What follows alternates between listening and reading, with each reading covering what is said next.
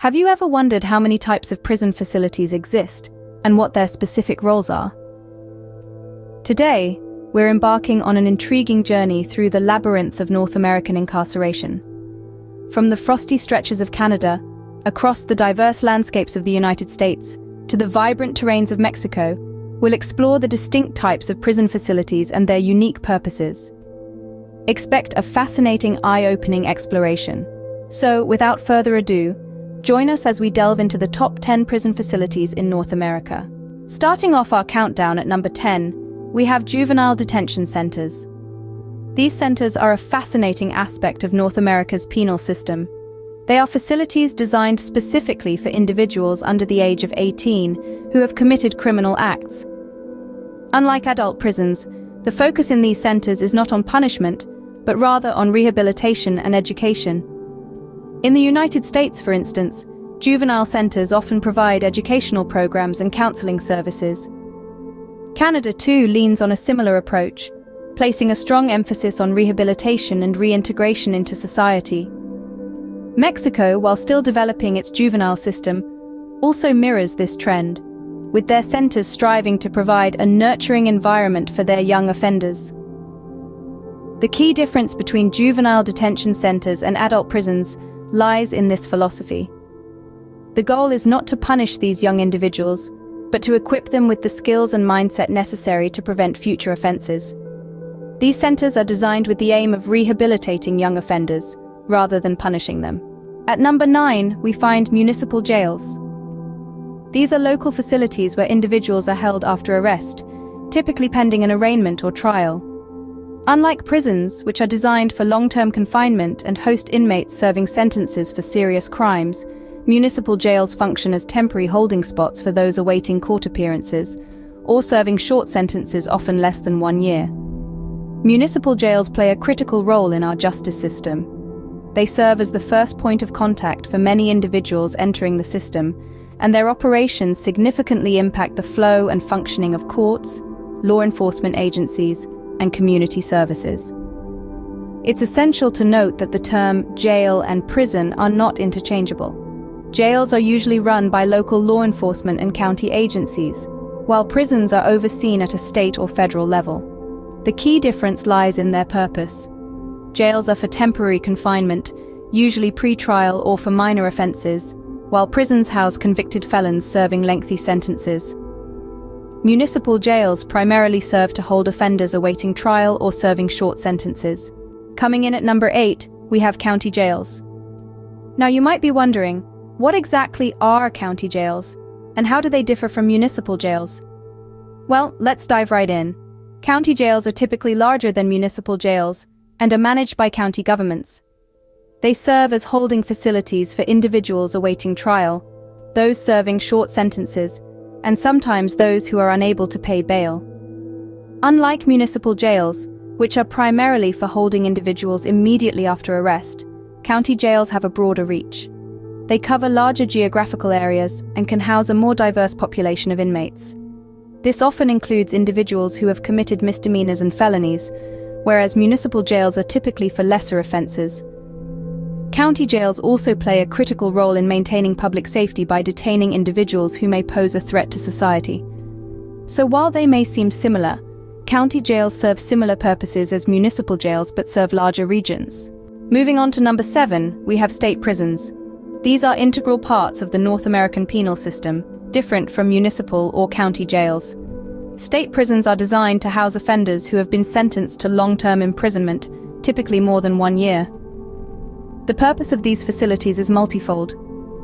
Primarily, they serve as a means to protect society by detaining those who have committed serious crimes. But they also play a significant role in rehabilitation.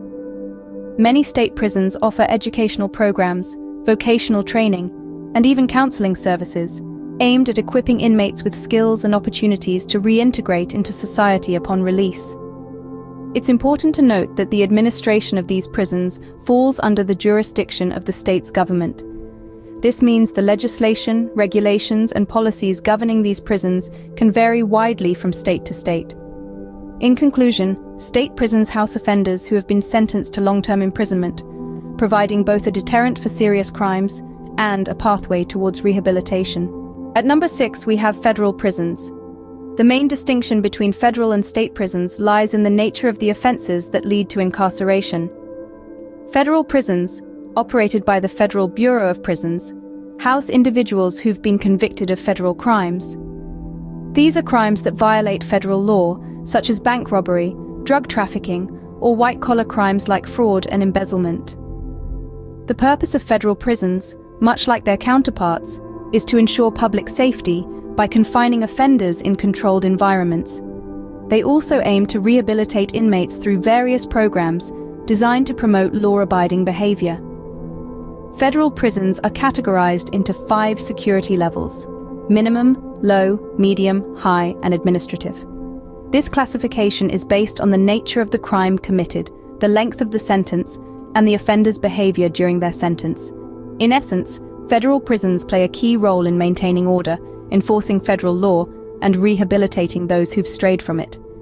Federal prisons house offenders convicted of federal crimes. Halfway through our list at number 5, we have Supermax Prisons. These institutions are a breed apart in the world of incarceration. Supermax prisons are designed with one primary goal: to house the most dangerous and disruptive inmates. The inmates here are often those who have committed serious crimes or have proven to be a high-security risk in other facilities. Now let's dive a little deeper into what makes a prison a supermax.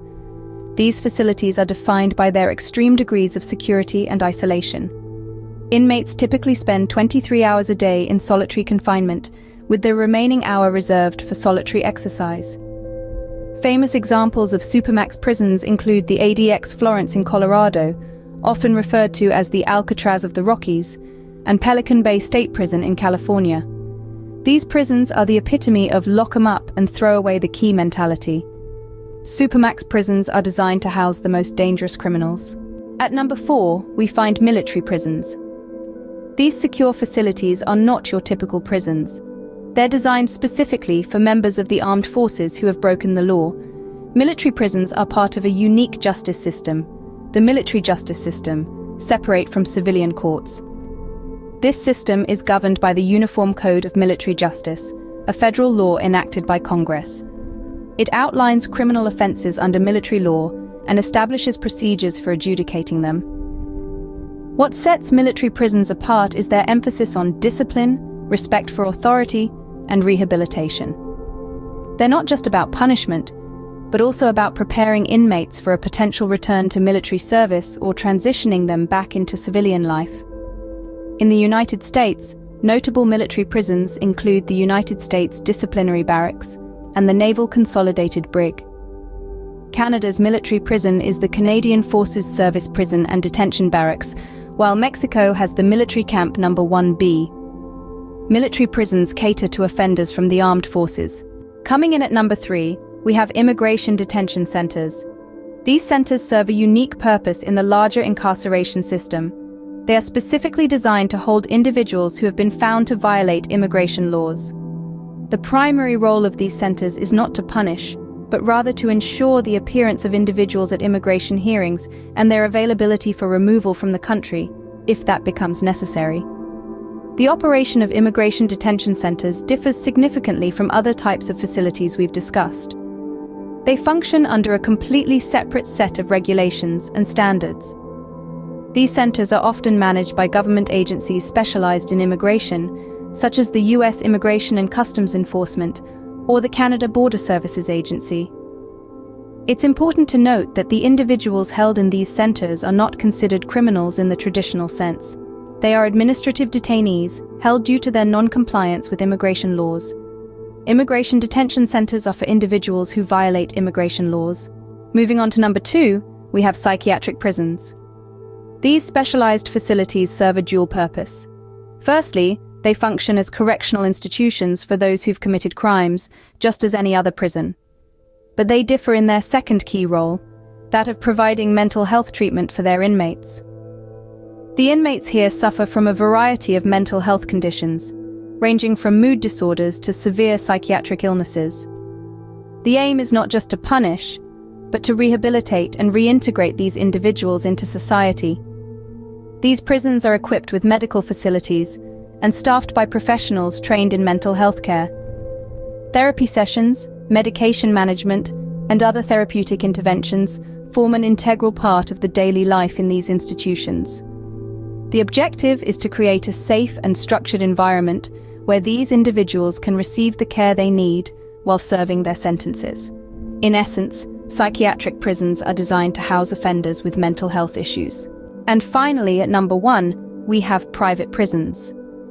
A curious entity, private prisons are essentially for-profit institutions. They are not overseen by the government, but instead are managed by private companies.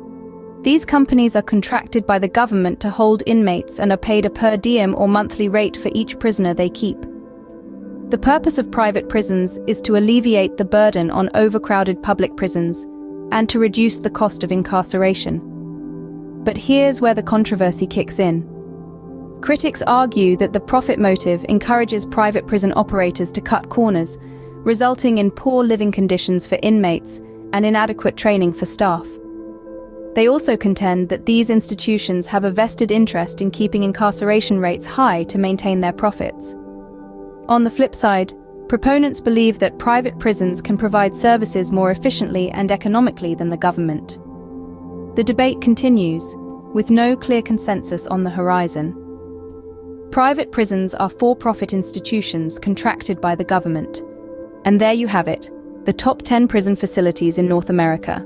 We've journeyed through juvenile detention centers, municipal and county jails, state and federal prisons, the formidable Supermax, military prisons, immigration detention centers, psychiatric prisons, and lastly, private prisons. Each serves a unique purpose, reflecting the complexity of our justice system. Remember, the goal of most of these facilities is rehabilitation, not just punishment. Thanks for watching, and stay curious.